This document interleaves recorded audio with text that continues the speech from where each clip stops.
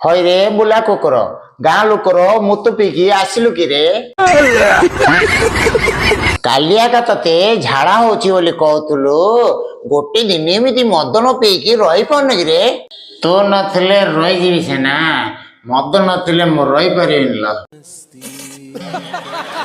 ଏତେ ପୂଜା କଲି ରେ, ବର୍ଷକୁ ବର୍ଷ କାର୍ତ୍ତିକ ମାସ କଲି ରେ, ସେ ଭଗବାନ ତୋର ଭଳିଆ ଘଇତାକୁ ମତେ ଜୁଟେଇଲା ରେ।